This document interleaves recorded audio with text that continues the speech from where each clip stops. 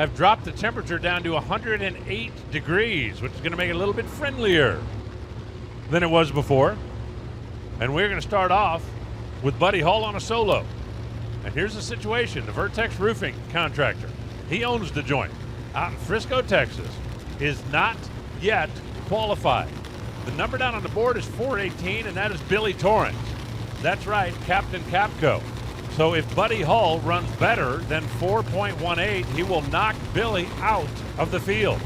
Now, Billy's back here in line. If he gets knocked out, he'll have an opportunity to bump his way back in. But we've got 18 cars on the property here this weekend. 2 of them are going to go home, and Buddy Hull is from Texas. He does not want to be one of the 2. They came up here, had made some big changes yesterday, a planned early shutoff in qualifying session number 1.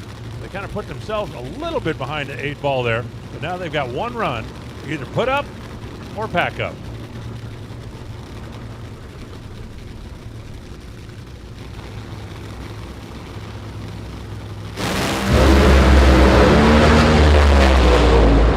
And just like that, a big boomer at the finish line, 3.916, 280 miles an hour, and Buddy Hull is in for now, 14th.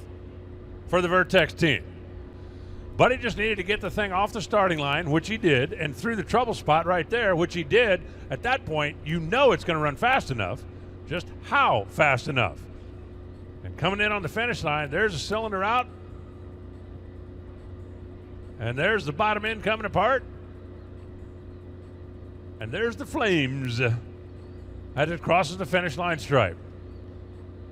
I know nobody wants to go out there and sacrifice an engine in order to get their way into the field, but it would be just as blowed up if he didn't qualify, so at least this way. Tim Wilkerson's face as the 391 came up on the board. It was a bit of a half-hearted smile. I can see Tim down there in the scrum on the right-hand side, still shaking his head. He smiled, but now that team's got a whole lot of work. Tim is one of those guys that just absolutely hates sacrificing parts. You know, there have been a few crew chiefs over the years that, don't matter. Well, if we got to blow it up to go, let's go. But Tim is one of those guys that just absolutely hates when stuff hurts itself down there, and that one is definitely pretty solidly wounded. I haven't heard anything about cleanup activity down on the top end of the racetrack. It definitely looked like it was misting some stuff out of the bottom end of it there before it lit up.